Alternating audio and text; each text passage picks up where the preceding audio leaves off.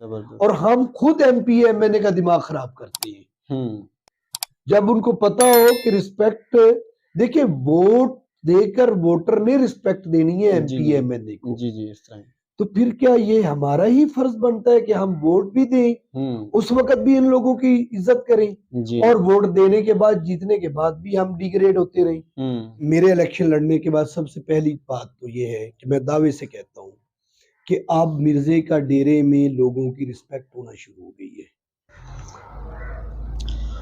بسم اللہ الرحمن الرحیم. ربی شرح لی صدری ویسر لی امری واحلل عقدۃ من لسانی یفقہوا قولی. ضیاء میکن آفیشیل کے ساتھ میں ہوں ضیاء الرحمن، اور آج ہم موجود ہیں ایک دبنگ اور بہادر انسان میاں راشد محمود ملکو کا، ایڈوکیٹ ہائی کورٹ، اور ان کی سیاسی زندگی کے حوالے سے، ان کے تعلیمی زندگی کے حوالے سے کچھ آج ہم ان سے جاننا چاہیں گے انٹرویوز کی مناسبت سے. تو السلام علیکم ورحمۃ اللہ. وعلیکم السلام ضیاء بھائی، کیا حال ہے؟ خیریت؟ الحمدللہ. میرا آپ سنائیں کیسے ہیں؟ مزاج خیریت سے؟ الحمدللہ. تو آج ہم آئے ہیں آپ کے پاس، یہ آپ کی محبت ہے، آپ کا پیار ہے کہ آپ نے ہمیں ٹائم دیا اپنے زندگی کے قیمتی لمحات میں سے، قیمتی مصروفیات میں سے. تو ہم کچھ آپ سے سوال جاننا چاہیں گے آپ کی زندگی کے حوالے سے، زمانہ طالب علمی کے حوالے سے، اور سیاسی یعنی کہ معاملات کے حوالے سے. تو سب سے پہلے تو آپ کا جو زمانہ طالب علمی ہے وہ کیسا رہا، اس حوالے سے ہم. جی ضیاء بھائی مہربانی، آپ نے مجھے اس قابل سمجھا کہ میں آپ کو سے بات چیت کر سکوں. میرا زمانہ طالب علمی الحمدللہ میں فخر سے کہہ سکتا ہوں کہ میں نے 1987 میں منچن آباد ہائی اسکول سے میٹرک کا امتحان دیا، پاس کیا. اس وقت میں فٹ بال کا پلیئر ہوا کرتا تھا ہائی اسکول کی ٹیم کا. اس کے بعد فرسٹ ایئر میں نے جا کر بہاول نگر ڈگری کالج میں ایڈمیشن لیا. تو سیکنڈ ایئر میں ہی میں نے اپنی زمانہ طالب علمی میں سیکنڈ ایئر میں میں نے اپنی سیاست کا آغاز کیا تھا اسٹوڈنٹ لائف میں. ماشاءاللہ ماشاءاللہ. پھر اس میں اتار چڑھاؤ آتے رہے. پھر میں نے بی ایس سی 93 میں کیا ڈگری کالج بہاول نگر سے. ماشاءاللہ. پھر میں چلا گیا زکریا یونیورسٹی ملتان میں. ملتان سے میں نے لا گریجویٹ کیا، اور وہاں بھی الحمدللہ میں نے اپنی بھرپور اسٹوڈنٹس کے لیے، ان کے ویلفیئر کے لیے اور آزادی کے لیے جد و جہد کی. اس کے بعد 98 میں نے باقاعدہ طور پر لا کلیئر کیا، اور 2000 میں نے آ کر منچن آباد میں ہی پریکٹس کا آغاز کیا. تو ماشاءاللہ، یعنی کہ آپ نے منچن آباد میں وکالت کی پریکٹس کا آغاز کیا. تو اکثر جو وکلاء ہوتے ہیں وہ بڑے شہروں میں ان کے اپنی لا کی ڈگری جو مکمل کرتے ہیں، کمپلیٹ کرتے ہیں، تو پھر اسی شہر میں اس کو ترجیح دیتے ہیں. تو آپ منچن آباد میں آئے، منچن آباد میں آپ نے ورک کیا آ کے، تو اس کی کیا وجہ ہو سکتی ہے؟ اس کی وجہ صرف یہ تھی کیونکہ میرا گاؤں محمد پور سنسارا تھا جی، اور مجھے میری تحصیل منچن آباد لگتی تھی. تو میرا ایک مائنڈ تھا کہ میں کیوں نہ اپنے ہی علاقے کی عوام کے لیے خدمت کروں. اس لیے میں نے منچن آباد اسٹیشن ہی بہترین اسٹیشن جانا، اور میں نے یہاں ہی پریکٹس کا آغاز کر دیا. ماشاءاللہ. اور ان کے آپ ان کے زمانہ طالب علمی میں ہی ان کے آپ نے سیاست کا آغاز کیا، آپ کے مزاج میں جو ہے وہ ماشاءاللہ لیڈرشپ ہے ان کے. تو اس کے ساتھ آپ نے جب یہاں پہ وکالت کی پریکٹس کا آغاز کیا، اس کے ساتھ ساتھ آپ کا جو تعلق تھا وہ سیاسی گروپ کالو خاندان سے تھا. تو پھر آپ نے اس گروپ کو چھوڑا کیوں؟ یہ اس کی کیا وجہ ہو سکتی ہے؟ میں آپ کو وضاحت کر دوں کہ میرا کالو کا گروپ سے تعلق نہیں تھا. اچھا. 2001 میں نے پہلی دفعہ کنٹیسٹ کیا تھا ناظم یونین کونسل محمد پور سنسارا کا الیکشن. تو میں دعوے سے کہتا ہوں، مجھے خوشی بھی ہوتی ہے کہ جب میں نے پہلا الیکشن 2001 میں لڑا تو اس وقت تمام سیاسی خاندان میرے مخالف تھے. صحیح. لالے کا فیملی بھی میری مخالف تھی، شاہ صاحب بھی مخالف تھے، اور میاں خادم حسین بھی مخالف تھے. 2001 میں نے پہلی دفعہ الیکشن لڑا تو 2000 میں کم از کم کچھ 1700 کی شکست ہوئی تھی مجھے. یونین کونسل محمد پور میں، صحیح، لیکن الحمدللہ میں نے اپنی زندگی سیاسی جدوجہد بند نہیں کی. میں ہمت اور نئے ولولے اور جوش سے میدان عمل میں رہا، زبردست. جس کا رزلٹ یہ مجھے ملا کہ 2005 میں، کیونکہ میں یہاں یہ بھی وضاحت کرنا چاہوں گا کہ یونین کونسل محمد پور میں 7 مواضعات ہیں جو لالے کی جاگیر ہیں، اور 3 مواضعات ہیں جو آزاد تھے. تو شروع میں تو مجھے لوگ اپنے پاس بیٹھنے بھی نہیں دیتے تھے. میں رات کو موٹر سائیکل پر جاتا تھا کمپین کے لیے، اور لوگوں کو کہتا تھا کہ آئے میری صرف بات سن لیں آپ لوگ. تو چوک میں چوراہے پہ جا کر کھڑا ہو جاتا تھا اور اپنی آواز لگاتا تھا اور چلا جاتا تھا. پھر 2005 کا الیکشن آیا تو اس میں بہت زیادہ رد و بدل ہوئی، کیونکہ مجھے ایک بہت بڑا واقعہ یاد ہے کہ 2002 کی بات ہے غالباً، یا 3 کی ہے، کہ میرا ایک ورکر تھا رشید احمد لکھی، جس کو لالے کا خاندان نے گرفتار کروایا. اللہ. اور اس رات میری والدہ کی ڈیڈ باڈی میرے گھر میں موجود تھی، اور صبح جنازہ تھا 10 بجے. تو میرے والد صاحب نے، اللہ مغفرت کرے، انہوں نے مجھے کہا کہ یہ آدمی کیوں آئے ہیں رات کے 3 بجے. میں باہر ڈیرے میں لیٹا ہوا تھا کیونکہ والدہ کا انتقال تھا، وہ میرے لیے بہت بڑا ایک سانحہ تھا. بالکل بالکل. تو میں رات کو 3 بجے کے بعد پولیس اسٹیشن گیا، وہاں سے اپنے آدمی کو تھانے سے لیا اور اسے گھر واپس چھوڑ کر آیا. میں سمجھتا ہوں کہ وہی میرے لیے ایک چیلنج بن کر عوام نے اس وجہ سے مجھے پذیرائی دی. اور 2005 پہ وہی یونین کونسل تھی، وہی لالے کا فیملی تھی، اور میاں خادم حسین نے بھی میری مخالفت کی، اصغر شاہ صاحب نے بھی میری مخالفت کی، اور میاں شوکت لالے کا صاحب نے بھی میری مخالفت کی تھی. لیکن الحمدللہ اسی یونین کونسل میں مجھے 350 کی لیڈ ملی اور میں ناظم یونین کونسل منتخب ہوا. زبردست. 2005 میں جب میں ناظم منتخب ہوا تو اس وقت میں نے میاں خادم حسین گروپ جوائن کیا تھا. 2005 جب میں ناظم بن گیا تھا، اور اس وقت میرے اوپر کسی بھی سیاستدان کا کوئی احسان نہیں تھا، وہ میری عوام کا میرے ساتھ محبت اور اعتماد تھا. جب میں نے میاں خادم حسین کو جوائن کیا تو انہوں نے بڑی باتیں کی، میرے اور ان کے بڑے سخت کوسچنز ہوئے پہلی ملاقات میں. مجھے یاد ہے کہ رات کو 11 بجے ایک سوزوکی کار پہ، اس وقت منسٹر تھے میاں صاحب، سوزوکی کار پہ میرے پاس محمد پور تشریف لائے. وہاں پہ میرے سخت ڈائیلاگ ہوئے. انہوں نے مجھے کہا کہ میں نے یار آپ کے خلاف بڑی FIRs کروائی ہیں تو آپ اس کو معاف کر دیں. میں نے کہا مجھے کوئی اس بات کا دکھ نہیں ہے، میں آپ کا مخالف تھا، آپ نے مجھے دبانا تھا کیونکہ آپ کی سیاست ہی دبانے والی ہے. اب چلیں گے تو پتہ چلے گا.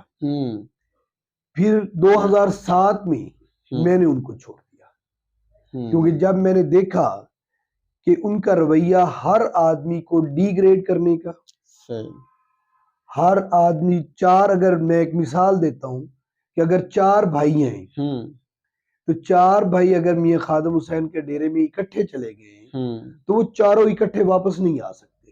ان میں سے ایک کو انہوں نے اپنے پاس بٹھانا ہوتا ہے، اس کے بعد اس کا مائنڈ بنانا کہ آپ جا کر اپنے بھائیوں کے اگینسٹ چلے جائیں. آپ کو میں زیادہ رسپیکٹ دیتا ہوں.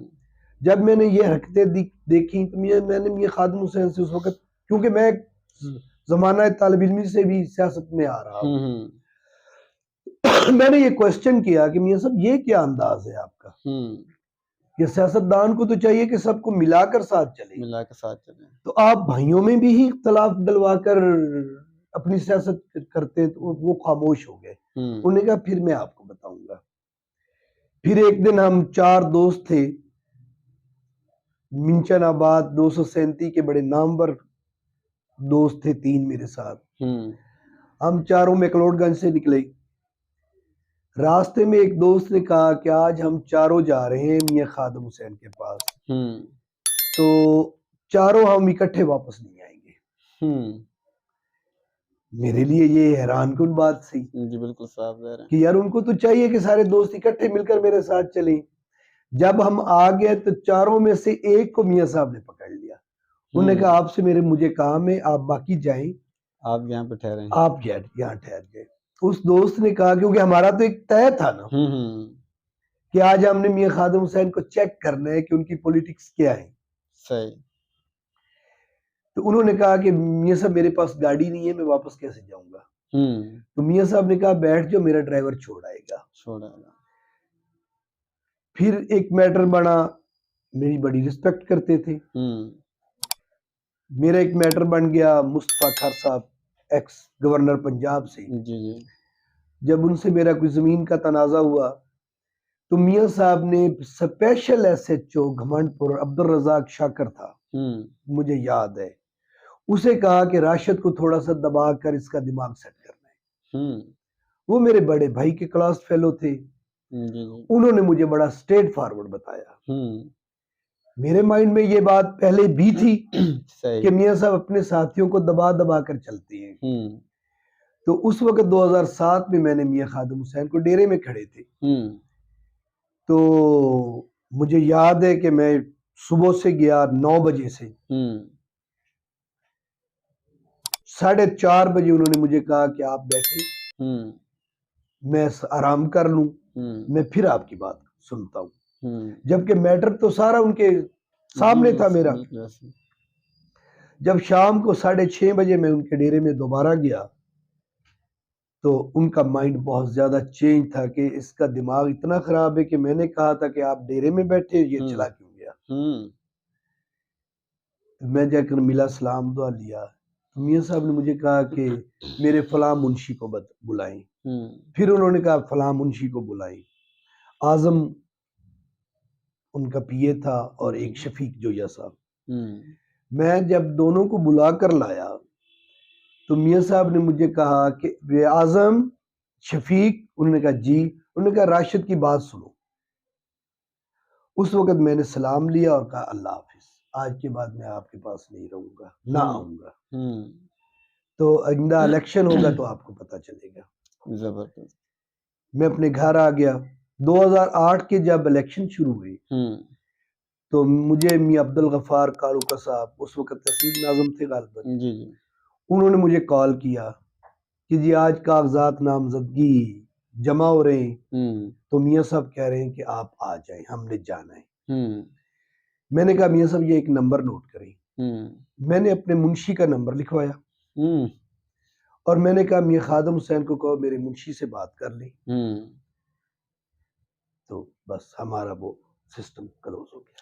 یعنی کہ آپ نے ماشاءاللہ صحیح آؤٹ پٹ ان پٹ کا دیا, ان کا جواب پتھر سے ہے بڑا. میں نے نمبر لکھوا کر باقاعدہ نمبر نوٹ کروایا تھا میاں عبدالغفار کو, اور پھر کہا تھا کہ میاں صاحب سے کہے کہ میرے منشی سے بات کر لیں, میرے پاس ٹائم نہیں ہے. اس کا مطلب ہے کہ آپ ماشاءاللہ شروع سے ہی ان کے نظریاتی اور دبنگ بندے ہیں ماشاءاللہ. دیکھیں سیاست کرتے ہیں عزت کے لیے اور لوگوں کی خدمت کے لیے, تو اس کے لیے تو نہیں کرتے نا کہ ہم خود ڈیگریڈ ہوتے رہیں اور لوگوں کو ڈیگریڈ کرتے رہیں. زبردست. سیاست کا مقصد ہے خدمت. تو خدمت کی آڑ میں جب کسی کو ڈیگریڈ کیا جائے یا کسی کے ساتھ ظلم کیا جائے یا زیادتی کی جائے تو یہ میں برداشت نہیں کر سکتا, یہ میری فطرت میں نہیں ہے. اچھا میاں صاحب, اس کے ساتھ ساتھ ایک سوال یہ ہے کہ آپ کا حلقہ جو ہے وہ 238 ہے, تو آپ نے 238 کے بجائے 237 کیوں ترجیح دی اور یہاں پہ آپ آ کے الیکشن کیوں لڑے؟ یہ آپ کا بہت اچھا سوال ہے. 2008 سے کے الیکشن میں میاں شوکت لالے کا سپورٹ کر رہا تھا, ایم این اے کا. جب اس حلقے میں آئے تو مجھے ذاتی طور پر میاں خادم حسین کے ساتھ یہ تھا کہ جب میں ناظم بنا تھا تو اس وقت کتنی رسپیکٹ سے وہ منتیں کر کر کے مجھے لائے تھے. تو ان کے رویے, ان کے انداز سے میں سمجھ لیں کہ مجھے نفرت تھی کہ لوگوں کو بے عزت کرنا, لوگوں کو ڈیگریڈ کرنا. 2008 کے بعد میں نے یہ حلقہ چھوڑا ہی نہیں تھا. میرا 238 حلقے میں وہ میری یونین کونسل تھی, لیکن میرے ٹرمز, میری دوستیاں, میرے معاملات سارے 2008 سے لے کر آج تک 237 میں ریلیٹڈ ہوں میں. پھر میرا رقبہ بھی ادھر تھا.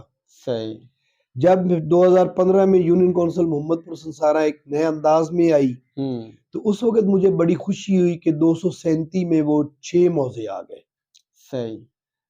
تو میری خواہش تھی کہ میں 237 کی سیاست کروں، کیونکہ نہ جانے مجھے ایک چیلنج نظر آتا تھا کہ ایک خاندان جو اتنا جابر ظالم خاندان ہے اس کے خلاف مجھے موقع خدا دے کہ میں لوگوں کی خدمت کروں. تو 2015 میں نے پھر وہ الیکشن کاڑو کا خاندان، شاہ صاحب، ان کے خلاف میں نے آزاد حیثیت سے لڑا تھا. زبردست. اچھا میاں صاحب، آپ کے نزدیک تحصیل منشن آباد کو زیادہ نقصان ان کے کالو کا صاحبان نے پہنچایا ہے یا اپوزیشن نے پہنچایا ہے؟ میں سمجھتا ہوں کہ کاڑو کا خاندان تو بالکل نااہل لوگ ہیں. میری نظر میں وہ اس قابل ہی نہیں ہے کہ وہ سیاست کریں. بدقسمتی یہ ہے کہ میاں سردار خان گدو کا صاحب نے رول پلے سیاست میں اپوزیشن کا کیا ہی نہیں. ان کو تو ایک گرداور اور ایک پٹواری درکار ہوتا تھا مکلوڈ گنج میں، تو وہ اپنے بھائیوں کے ساتھ بھی مخلص نہیں تھے. بھائیوں کے آج بھی حالات دیکھ لیں کہ میاں اکرم خان گدو کا ایک دن تو کہہ رہا تھا کہ میں کاڑوکا کے خلاف ہوں، تو دوسرے سٹیپ پر وہ میاں خادم حسین کے حق میں اسٹامپ دے رہا تھا کہ اس کا نام درست ہے. تو گدو کا فیملی ہی جو ہے وہ ذمہ دار ہے، کیونکہ طارق خان کے ساتھ دوستوں نے ان کے بھائی بھی مخلص نہیں تھے. پھر بدقسمتی یہ کہ الیکشن ہوئے، جب 1 مہینے کے لیے گدو کا فیملی میدان میں ہوتی ہے، جب الیکشن ہو جاتے ہیں تو اس کے بعد وہ کہتے ہیں، جو اول تو ملتے ہی نہیں، فون بھی نہیں سننا، اگر ہو جائے بات تو وہ کہتے ہیں کہ ہم تو ہارے ہوئے. تو جب ایک کھلاڑی ہے گراؤنڈ میں میچ کھیل رہا ہے، فٹ بال کو لے لیں ہم، اور ایک پلیئر ہے، تو جس سائیڈ پر وہ دل چاہے کا گول کرے گا. اگر اس کے مقابلے میں کوئی 10-12 سال کا بچہ بھی ہو تو تھوڑا سا تو وہ مشکل ٹائم دے دے گا. بالکل اس طرح. تو کالو کا فیملی کے آگے آج تک گدو کا خاندان کا کوئی بھی فرد ٹھہرا ہی نہیں. صحیح ہو گیا. گراؤنڈ خالی ہوتا تھا، کاڑو کا خاندان جس سائیڈ پر دل چاہتا تھا، جیسے دل چاہتا تھا گول کر دیتا تھا. لوگوں کا ایک کنسپٹ بن گیا کہ کاڑو کا کے علاوہ کچھ ہو ہی نہیں سکتا. تو میں نے اس ضمنی الیکشن میں الیکشن لڑنے کا فیصلہ اسی لیے کیا کہ میں پبلک کو بتا سکوں، میں ثابت کر سکوں کہ اگر انسان گراؤنڈ میں موجود ہو تو کوئی بھی ایسا بڑا نہیں ہے کہ جو اپنی مرضی سے گیم کھیلے. اچھا میاں صاحب، یہی سے سوال ہے کہ آپ نے ان کا مقابلہ کیا اپوزیشن کے حالات کو دیکھ کر، اپوزیشن بہت زیادہ کمزور ہے، تو آپ نے ایک دبنگ انداز سے ایک بہادری کے ساتھ مقابلہ کیا، عوام کو حوصلہ دیا، عوام کو ہمت دی، تو اس کے ساتھ کہ آپ نے کتنا فرق محسوس کیا اور عوام میں کتنا شعور آیا، کتنا جذبہ پیدا ہوا، کیا اس حوالے سے آپ کی رائے ہے؟ میں جو ضیابی فیل کر رہا ہوں یا محسوس کر رہا ہوں بطور پولیٹیکل ورکر، تو 22,000 ووٹ میں نے لیا تھا. 237 حلقے کی عوام نے مجھے 22,000 ووٹ دیا. اب میرا فرض بنتا ہے کہ میں ان 22,000 کا تحفظ کروں. زبردست. ان 22,000 لوگوں نے جنہوں نے مجھ پہ اعتماد کیا تھا، میں ان کی امیدوں پہ پورا اتروں. تو الحمدللہ میں اس دن سے میدان میں ہوں، اور اب میں سمجھ رہا ہوں کہ الحمدللہ وہ فگر میرا بہت زیادہ بڑھ رہا ہے. زبردست. جو ابھی تک کاڑو کا خاندان کو نظر نہیں آ رہا، اور میں بھی چاہتا ہوں کہ ان کو اچانک الیکشن میں نظر آئے کہ ہمارے ساتھ یہ کیا ہو گیا. کیونکہ الحمدللہ اندر سے ہم بہت لوگوں کو توڑ چکے ہیں. حلقہ 237 اتنا غیرت والا حلقہ ہے کہ جہاں کے لوگوں کو تسلی ہو جائے کہ کاڑو کا کے ساتھ ٹکرانے والا کوئی آدمی ہمیں مل گیا. ان کے ساتھ کے ظلم اور جبر سے اور ہماری زمینوں کو، جائیداد کو تحفظ دینے والا آدمی ہمیں مل گیا ہے، تو میں نہیں سمجھتا کہ انشاءاللہ تعالیٰ کاڑو کا خاندان رہ پائے گا. وہ سیاست سے آؤٹ ہو جائے گا انشاءاللہ تعالیٰ. اچھا میاں صاحب، جس طرح آپ کہہ رہے ہیں کہ کالو کے صاحبان کی طرف سے کہ بہت بدماشی یا غنڈہ گردی یا اس طرح کے کئی معاملات پیدا ہوتے ہیں، صاحب کا بھی ہوتا رہتا ہے، تو آپ کی جب کمپین تھی، آپ کی کمپین کے دوران ان کی طرف سے کیا معاملات پیدا ہوئے؟ آپ کا راستہ روکا گیا یا آپ کے راستے میں روڈے اٹکائے گئے یا کیا مشکلات پیدا کی گئی آپ کے راستے میں؟ کوئی اس طرح کے واقعات ہیں؟ ضیابی ان کا طریقہ کار ہی یہی ہوتا ہے کہ انہوں نے ایک جبر، ظلم اور بدماشی کے سر پر الیکشن لڑتے ہیں۔ جب میں میدان میں آیا تو چوتھا یا پانچواں دن تھا کمپین کا، تو میں ایک دریا کی گاؤں ہے جیمل پور رتے کا، جی ہاں، وہاں پر کمپین میں گئے تو وہاں پہ لوگوں نے درخت کاٹ کر ہمارے راستے میں ڈال دیے اور وہاں ڈنڈے سوٹے لے کر کھڑے تھے کہ ہم نے اس گاؤں میں آپ کو نہیں آنے دینا۔ میں گاڑی سے اترا، میں نے ان سے جا کر ڈائیلاگ کیے، سمجھایا جی کہ یار یہ قانونی طور پر غلط ہے۔ جی انہوں نے مجھے کہا کہ جی ہمیں حکم ملا ہے فدا حسین اور عبدالغفار کی طرف سے کہ ان کو ہمارے گاؤں میں نہیں آنے دینا۔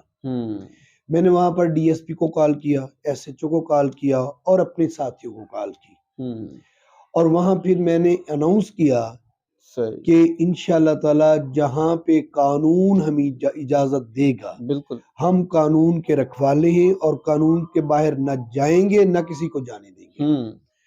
تو الحمدللہ وہاں پہ ہم جیمل پور گاؤں میں گئے، وہاں ہم نے جلسہ کیا۔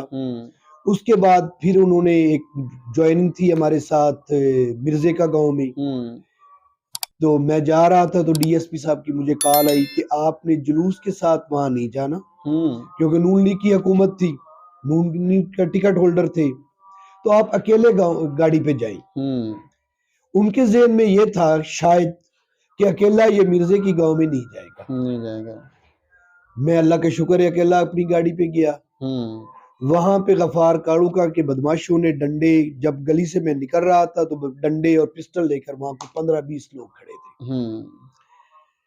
میں نے پہلے تو مسکرا کر انہیں کہا کہ یار جانے دو، آپ کا واسطہ کسی سے اور پہلے پڑتا ہے جن لوگوں سے وہ ڈر کر چلے جاتے ہیں۔ میں تو کہتا ہوں کہ 50 سالہ تاریخ میں آج تک مرزے کا کوئی نہیں گیا۔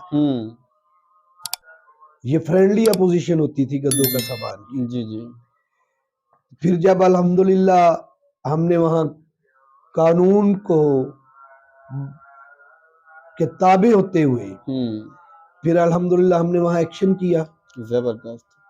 اور پھر ان کو پتا چلا کہ جس طرح وہ مرزے کا کے بدماش بھاگے، وہ آپ لوگوں نے فیس بک پہ دیکھا ہوگا۔ جی جی پھر میں نے وہاں پہ ہی کھڑے ہو کر اپنے گاڑی میں اعلان کیا کہ 5 تاریخ کو شام عشاء وقت میں مرزے کا جلسہ کروں گا۔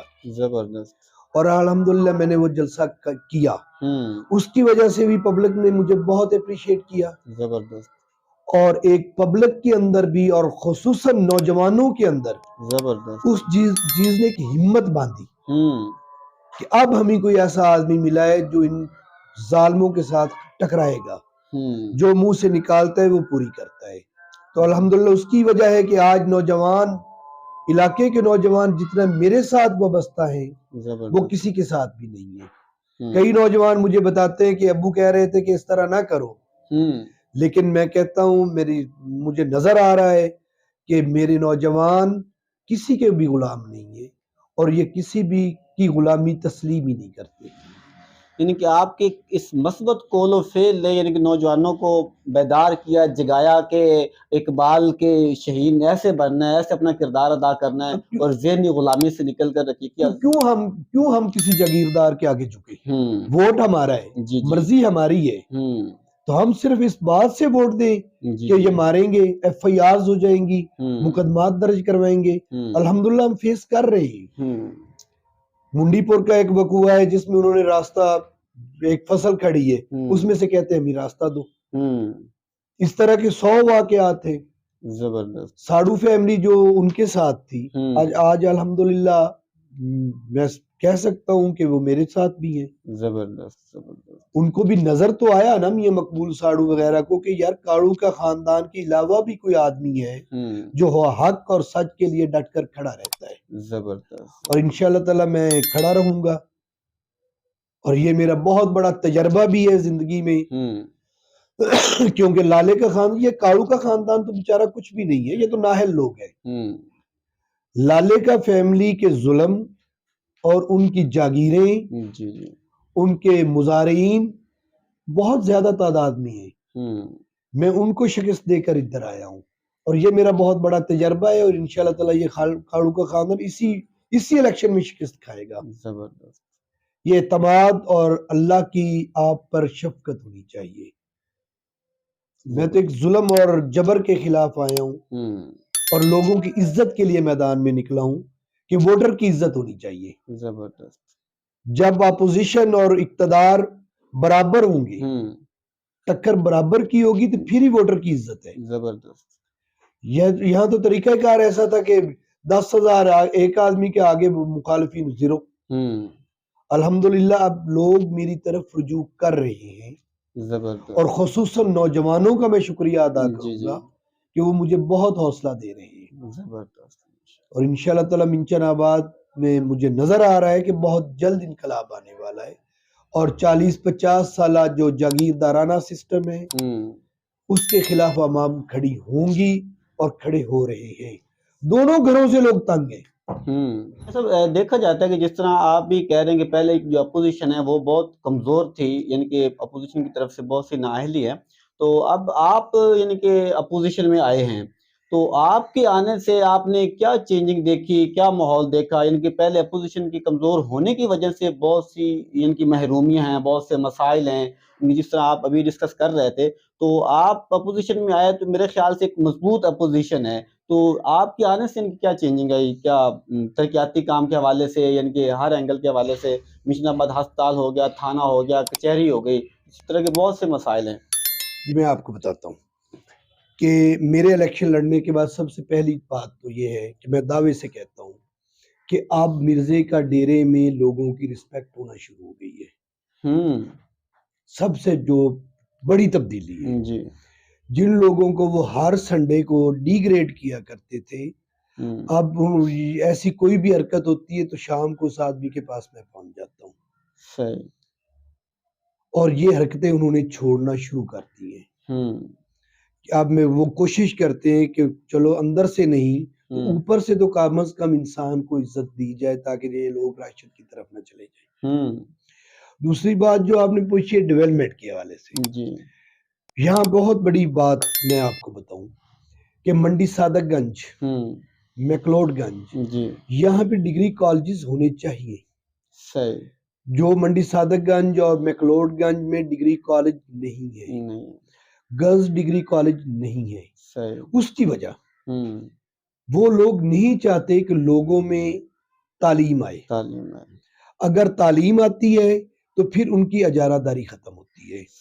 جب میرے منچن آباد کا نوجوان سی ایس ایس کرے گا، پی سی ایس کرے گا، سول جج بنے گا، تو وہ ایک ایم پی ایم این اے کو کیوں رسپیکٹ کرے گا، کیوں اس کی نوکری کرے گا؟ انہوں نے یہ تعلیم کا سلسلہ بند کر کے صرف اپنی اجارہ داری کے لیے، تاکہ سٹوڈنٹس کا مائنڈ ایف ایس سی تک ہو، میٹرک تک ہو، پھر ان کو ہم کلریکل سسٹم میں لے کر چلے جائیں کہ آپ کی حیثیت ماسٹر کی ہے، کلرک کی ہے یا پی این کی ہے، تاکہ منچن آباد حلقہ پی پی 237 کے لوگوں کا مائنڈ اوپر جائے ہی نہ، ان کو لو لیول پہ رکھا جائے، ان کی سوچ کو لو لیول پہ رکھا جائے. اور میں انشاءاللہ تعالی اگر عوام نے، اللہ نے مجھے ایم پی اے بنایا تو اللہ کے حکم سے سب سے پہلے تو ڈگری کالجز بننے چاہیے. تعلیم جب ہوگی، تعلیم میں سسٹم آئے گا تو انشاءاللہ تعالی میرا نوجوان میچور بھی ہوگا اور ان کی سوچ بھی اعلیٰ ہو جائے گی. جب سوچ بدلے گی تو پھر انشاءاللہ تعالی میرے ملک کی تقدیر بدل جائے گی. زبردست.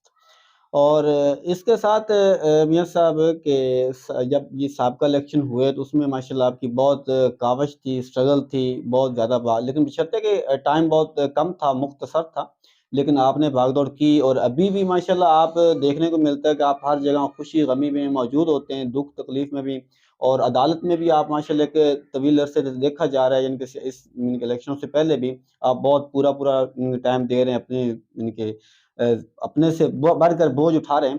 تو آگے جو الیکشن آ رہے ہیں اگر آپ کو یا ان الیکشن میں کامیابی ہوتی ہے تو اس کے بعد کیا آپ کا معمول یہی رہے گا یا سابقہ اپوزیشن کی طرح آپ بھی بیٹھ جائیں گے، لوگوں کے اعتماد کو ٹھیس پہنچائیں گے یا ان کے اعتماد کو مزید مضبوط کریں گے؟ زیب بھائی آپ کا سوال بہت اچھا ہے. میری تو لائف ہی اسٹرگل کی ہے. جی میں تو اعتماد ہی اس بات پر کرتا ہوں کہ محنت کی جائے. وہ جس فیلڈ میں بھی آپ کا تعلق ہو جی اس میں محنت کرنی چاہیے. زبردست. میں تو سیکنڈ ایئر سے لے کر آج تک الحمدللہ کہہ سکتا ہوں کہ کالج دور میں بھی یونیورسٹی کے دور میں بھی میں نے اسٹرگل کی. پھر پہلے میں نے جیسے آپ کو بتایا تھا کہ 2001 میں باقاعدہ طور پر پریکٹیکل لائف میں پولیٹکس میں آیا.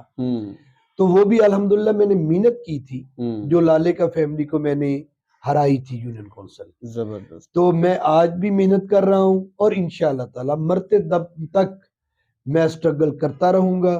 مجھے اس بات سے غرض ہی نہیں ہے کہ جیتنا کون ہے ہارنا کس نے ہے. میرا مقصد تو صرف یہ ہے کہ عوام کو خدمت کرنی ہے اور عوام کی رسپیکٹ ہونی چاہیے اور خصوصاً نوجوانوں کو ایک ایسا ماحول دیا جائے کہ میں اکثر لوگ مجھے جب ملتے ہیں تو ماتھے پہ ہاتھ رکھ کر میاں جی السلام علیکم، میں اس کو فوراً کہتا ہوں کہ یار مجھے میاں میاں شاید نہ کہا کروں. رسپیکٹ آپ کی بھی اتنی ہے میری بھی اتنی ہے. تو آپ لوگوں نے مجھے رسپیکٹ دینی ہے اللہ کے بعد، تو میں کیوں نہ آپ کی رسپیکٹ کروں.